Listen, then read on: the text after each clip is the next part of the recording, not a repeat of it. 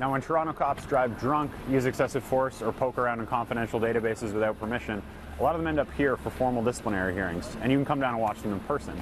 But some cases don't make it all the way through a formal hearing, and others are never even brought here in the first place. Instead, the Toronto Police handle these matters internally, and that means some details about officers' misconduct remain secret.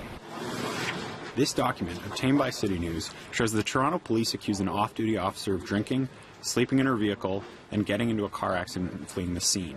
The cop was charged under the Highway Traffic Act, and a courthouse staffer told us over the phone that the officer was convicted of failing to share the road. But this is where the trail ends, because while the officer was originally on track for a public hearing, the service eventually handled the matter in private. Why? Because of a piece of Ontario law that lets police services address misconduct without public hearings if they don't consider it serious. There are serious penalties, and they do get handled. But I think making, at the very least, the results of the hearings, the consequence of the hearings, will give the public confidence. Right now, they can only take my word for it. Toronto Police, who refused a request for an on-camera interview, privately resolved over 600 cases of officer and civilian employee misconduct between 2014 and early May 2017. And when a member of the public makes a complaint about an officer, they do have a say in how the case is resolved. But police will say almost nothing about these cases.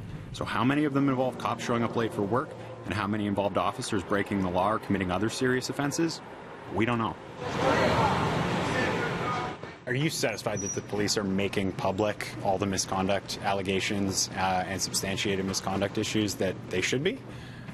No, I'm not confident right now, but a lot of it is really about competency, about understanding what are the net effects of some behaviors. And I'm not sure that competency is all the way there throughout the service. The province announced legislation late last year that could dramatically change police oversight. A spokesperson said the Police Services Act, if passed, removes the requirement for a chief of police to determine what constitutes not serious in nature.